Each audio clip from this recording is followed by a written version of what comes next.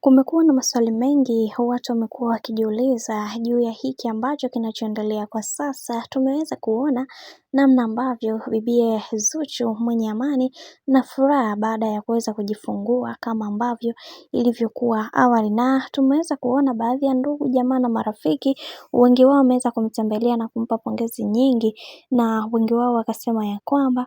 kiukweli ujauzito ulikuwa umekubadilisha sana, lakini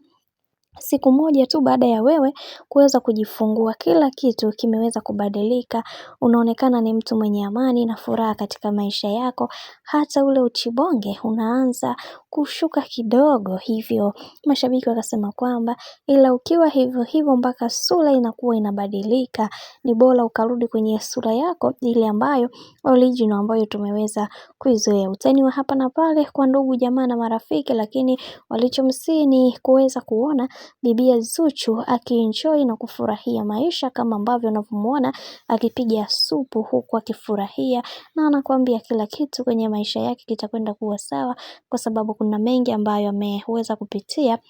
na kupitia hayo amejifunza vingi na kukiri ya kwamba hakuna kitu ambacho kinachoshindikana katika hii dunia, ni swala la muda tu, kwani hiki ndicho kitu pekee ambacho bibiye Zuchu anajivunia katika maisha yake. Hanaga papara na maisha, hanaga shida na mtu kabisa, kwa sababu kila mtu anatamani kuweza kuona kila kitu kikiwa katika mikakati na misingi iliyo bora zaidi, maana kuna vingi ambavyo vipo na kila mtu anatamani sana kuweza kujua hiki ambacho kinachoendelea kutoka kwa bibiye Zuchu, maana kila mtu ameona namna ambavyo alivyoweza kupitia changamoto kwenye swala zima la familia ya bwana mkubwa Diamond Platnumz mpaka sasa alikuweza kufikia. Ni mtu ambaye anaonekana ana amani na furaha kwa wakati huu hapa.